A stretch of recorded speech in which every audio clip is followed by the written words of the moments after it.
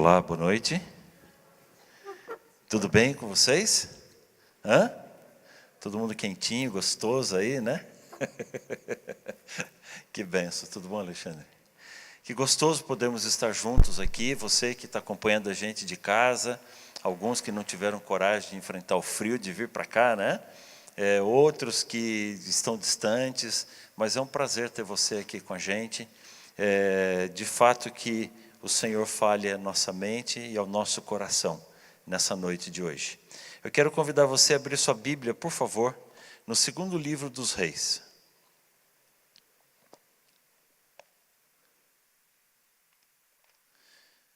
Segundo Reis, capítulo 17. Esse é um tema que eu li no Reavivados na semana passada e isso tem martelado na minha cabeça. Conversei um pouquinho com alguns líderes da igreja sobre ele e decidi trazer hoje de novo aqui para vocês. Segundo Reis, capítulo 17. Você achou aí? Você em casa, achou também? Você já não veio para a igreja agora, nem pegar a Bíblia? Não, estou brincando. Vai lá buscar a Bíblia, eu espero um pouquinho. Pode ir lá buscar a Bíblia que eu espero. Não, todo mundo espera, não espera? Então, nós estamos esperando você. Vai lá buscar sua Bíblia, pronto.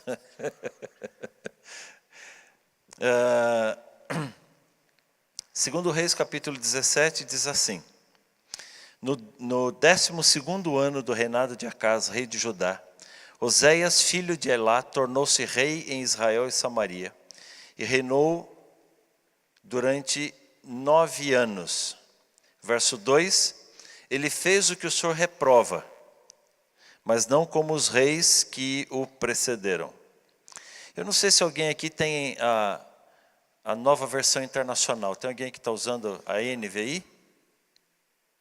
Você está usando a NVI? Me chamou muito a atenção do título deste capítulo na NVI. Na Almeida diz apenas assim, o reinado de Oséias em Israel. Na nova versão internacional diz assim, o reinado de Oséias, o último rei de Israel. Você já pensou que título bacana para alguém carregar no currículo dele? O último rei de Israel. Foi nas mãos de Oséias que o reino de Israel, o território de Israel desapareceu. Ele foi o último rei. A gente viu na Bíblia, ele não andou nos caminhos de Deus. Bom, vamos dar uma olhadinha na tela aqui, por favor. Aqui a gente tem um mapa mundi. Eu vou selecionar. Bom, você se localiza aqui no mapa mundi, né? Todo mundo está enxergando. Oi. Todo mundo está enxergando o Brasil aqui embaixo, do lado esquerdo. Depois lá em cima tem então América do Sul, aqui no canto esquerdo, América do Norte. Depois em frente ao Brasil, aqui no meio, tem a África.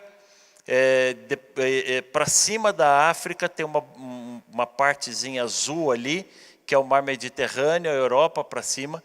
Passa o slide para mim, por favor. Então, vocês estão vendo aquele pedacinho que eu selecionei ali?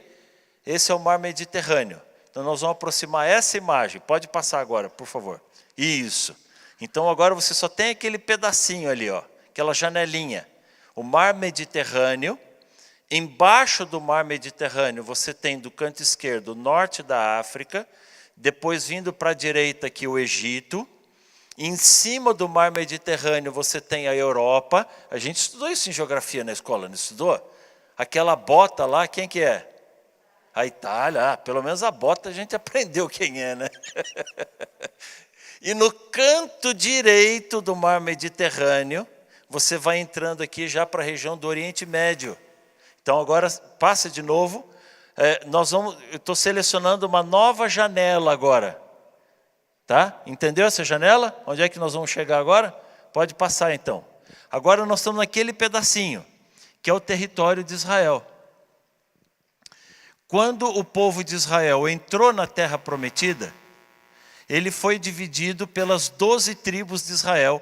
E aqui você vê a divisão dessas 12 tribos. Então você tem no sul a tribo de Judá, e no meio, dentro da tribo de Judá, você tem a tribo de Benjamim. E depois do lado direito, Rubem, Manassés ali, Efraim, e de Judá para cima, as outras 10 tribos. O que aconteceu? Passa o slide para mim, por favor. O primeiro rei que governou em Israel, quem foi? Saul. Estou dando a cola para vocês lá em cima, foi Saul. Tá? Depois de Saul veio Davi, e depois de Davi veio Salomão. Depois de Salomão, quem foi que assumiu o trono? O filho de Salomão, um homem chamado Roboão. Roboão, ele não foi fiel a Deus. E o povo de Israel pediu misericórdia, porque Salomão estava expandindo o reino. E os impostos eram muito altos. Eles disseram, olha, o nosso reino já é muito rico, a gente já tem muita coisa, o nosso território já é muito grande, os exércitos estão formados, agora você pode acalmar um pouco os impostos, porque agora é só manutenção. E Roboão, em vez de atender, o que ele falou? Se o meu pai tratou vocês com chicote, eu vou tratar vocês pior ainda. Aliás, o dedinho minguinho do meu pai, não, meu dedinho minguinho, é mais grosso do que era a cintura do meu pai. E houve uma rebelião. Por causa disso, houve uma rebelião. Volta aquele slide, por favor. Isso, obrigado. As 10 tribos do norte se rebelaram contra Roboão. E estabeleceram um outro rei. E as 2 tribos, Judá, em Jerusalém, ficou com Roboão, e Benjamim estava lá no meio, não teve escolha, ficou junto, né? Ele não tinha para onde ir. Agora volta aquele slide, por favor. Isso. Então aqui agora você vê os reinos divididos. Do lado esquerdo, a listinha de reis que reinaram em Judá, em Jerusalém. E do lado direito, a lista de reis que reinaram em Israel. Agora, se você prestar atenção, ao lado do nome do rei, tem um sinalzinho assim, ó. Tem um joinha, tem um negativo e tem um mais ou menos. Você pega Saul lá em cima. Que sinal está lá em Saul? Negativo. Sabe por quê? Porque Saul não andou nos caminhos de Deus. Quando você pega Davi logo embaixo, que sinal está em Davi? Positivo. Porque Davi, embora tenha errado, Davi andou nos caminhos de Deus. Quando você pega Salomão, que sinal está em Salomão? Mais ou menos. Porque assim, ele começou bem, né? E depois ele foi lá embaixo. Então o resultado final é um mais ou menos assim. E tem esse gráfico em cor ao lado. Está vendo aquela faixa preta ao lado de Saul? É porque ele estava longe de Deus. A faixa branca ao lado de Davi é porque ele estava perto de Deus. E a de Salomão, você vê que ela começa branca e termina preta. Ele começou bem e terminou mal. A partir daí, os reinos dividiram. E aí você tem, do lado esquerdo, Roboão, que começou mal também. Depois de Roboão veio o filho dele, Abias, que também foi ruim. Depois veio Asa, aí já ficou branco de novo. Então aqui, do lado esquerdo, você tem os reis de Israel. E do lado direito, aliás, os reis de Judá. E do lado direito, os reis de Israel. O que é que me chamou a atenção quando eu vi esse gráfico? Passa o slide para mim, por favor. O outro. Olha os reis de Israel. Tem algum branco? Ou seja, todos eles andaram longe de Deus. Os reis andaram longe de Deus e, por consequência, o povo fez o quê? Também andou longe de Deus.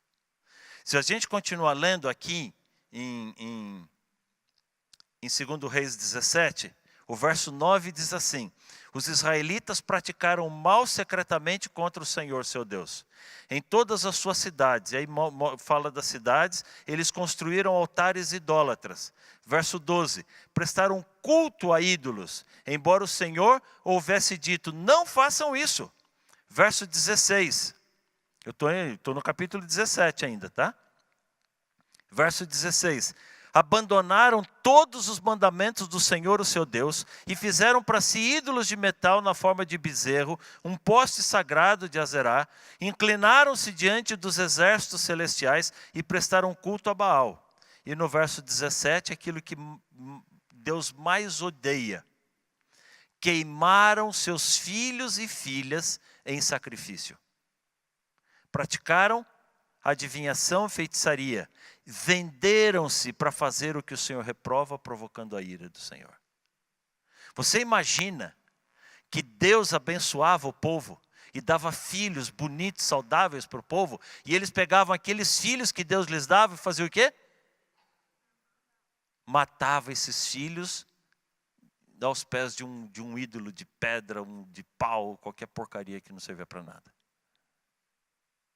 Ou seja, Israel, as 10 tribos do norte, eles foram se afastando de Deus de um tal jeito que Deus não tinha mais como cuidar deles. Deus não tinha mais como protegê-los. Veio o rei da Assíria e destruiu Israel.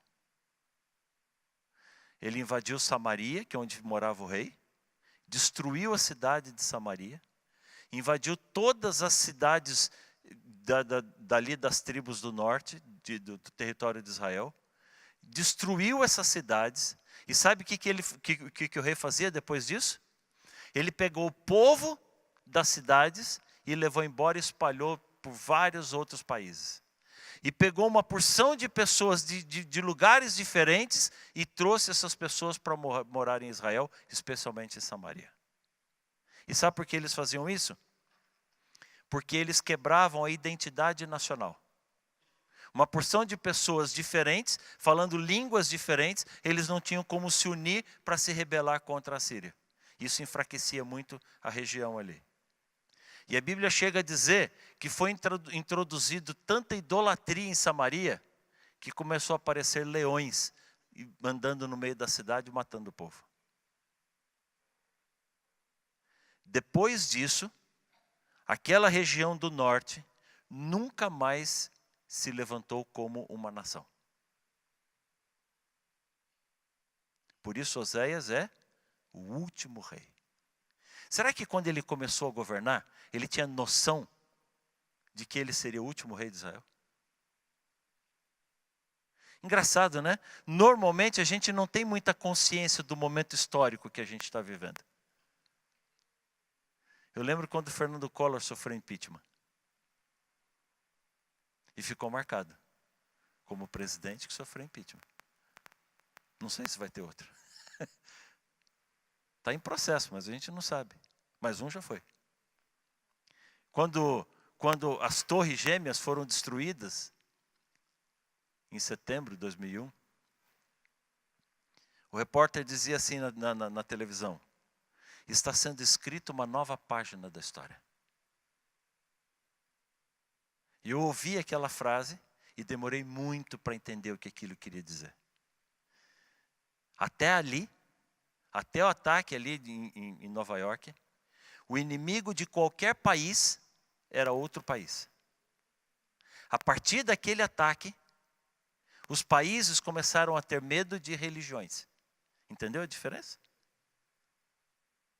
A princípio o medo era de uma religião. Aí agora eles estão dizendo, o problema não é a religião, o problema são os fundamentalistas, entre aspas, os fanáticos. Mas em algum momento eu e você podemos ser os fundamentalistas, sim ou não?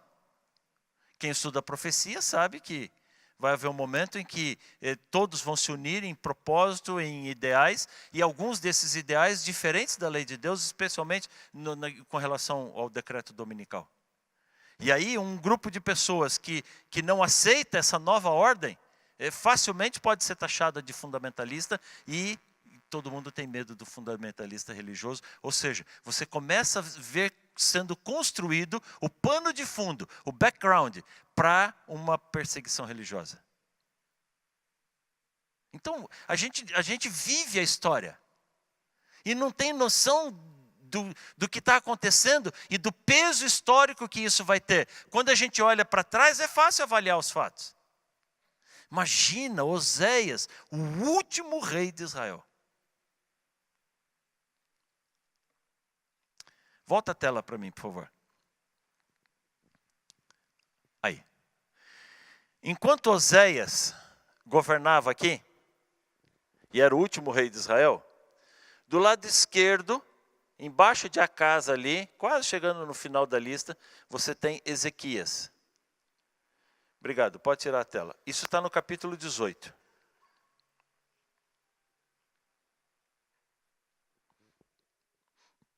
Isso está no capítulo 18. O reinado de Ezequias. E a Bíblia diz assim: no terceiro ano do reinado de Oséias, filho de Elá, rei de Israel, Ezequias, filho de Acás, rei de Judá, começou a reinar. O verso 3 diz assim: ele fez o que o Senhor aprova, tal como tinha feito Davi, seu predecessor. Ele removeu altares idólatras, ele derrubou postes sagrados, ele despedaçou serpente de bronze, pois naquela época tinha gente que queimava incenso até para a serpente que Moisés havia feito no deserto. Verso 5. Ezequias confiava no Senhor, o Deus de Israel. E olha o que a Bíblia diz agora. Nunca houve ninguém como ele, entre todos os reis de Judá, nem antes e nem depois.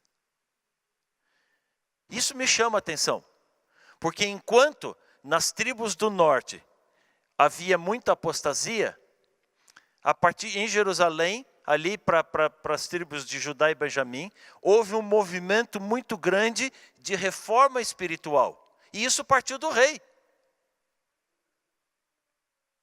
O verso 6 diz assim: ele se apegou ao Senhor e não deixou de seguir o Senhor.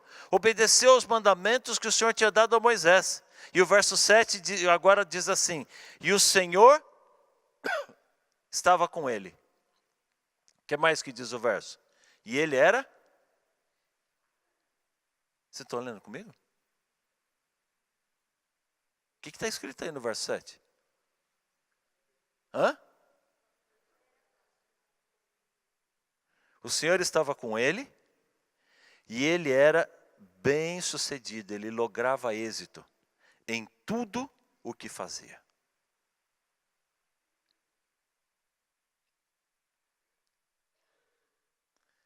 Bom, vamos lembrar um pouquinho. Quem foi que destruiu Samaria? Que império foi? A Síria. A Síria marchou contra Israel, que amava e servia o mesmo Deus de Judá. Concorda comigo? Quando o rei de Israel destruiu e teve aquela vitória maravilhosa sobre as tribos de Israel, o que foi que ele entendeu? Jerusalém também está no papo. Jerusalém também está no papo.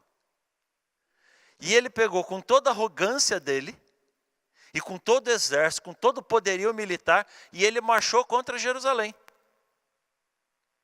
Ora, se 10 tribos não conseguiram segurar aquele exército, 2 tribos, quase que 1,5, ia conseguir alguma coisa? Sim ou não? De jeito nenhum. Mas de jeito nenhum pode tirar o cavalinho da chuva, porque Jerusalém estava destruída. Imagine quando aquele exército enorme chegou e cercou a cidade de Jerusalém. E o rei mandou um porta-voz. E o porta-voz chegou perto do muro da cidade e começou a gritar para o povo. E ele dizia assim: escuta, povo, não caiam na mentira do rei de vocês. Se o rei disser que pode proteger vocês, não pode. E ele começou a dar a lista de todos os reis que a Síria tinha destruído. Aí ele disse assim: e se o rei disser para vocês que ele vai buscar ajuda do Egito, não confia. Porque o Egito não vale nada. Nós temos poder sobre eles também. E por último, ele disse assim: e se o rei disser para vocês que Deus vai livrar vocês, não confia. E aí ele deu a lista de todos os deuses, de todas as nações que eles tinham destruído.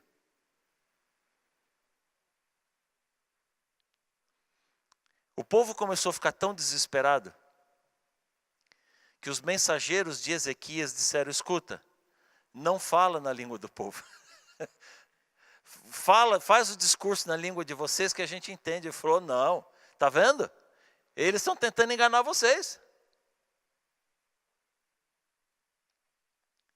E a Bíblia diz então, que Ezequias rasgou as roupas dele, se vestiu de luto, e foi falar com um profeta jovem que morava ali e estava ajudando ele. Sabe o nome desse profeta? Isaías. Isaías era um menino. Estava começando o ministério dele. E Ezequias chegou para Isaías e ele conversou com os súditos dele, falou, eu vou consultar Isaías, porque esse homem está insultando a Deus. E quando ele chegou para Isaías, antes dele falar, Isaías já respondeu para ele. Fica tranquilo. Amanhã, esse exército vai morrer. O rei vai fugir, mas quando ele chegar de volta em Nínive, na Síria, ele vai ser morto. E o que aconteceu no dia seguinte foi que soprou um vento e morreram 185 mil soldados. Já pensou o que é isso aqui? 185 mil pessoas. O resto do exército fugiu, o rei fugiu junto. E quando ele chegou de volta na Síria, os filhos dele conspiraram contra ele e mataram o pai para assumir o trono. Está tudo aí na Bíblia, pode ler.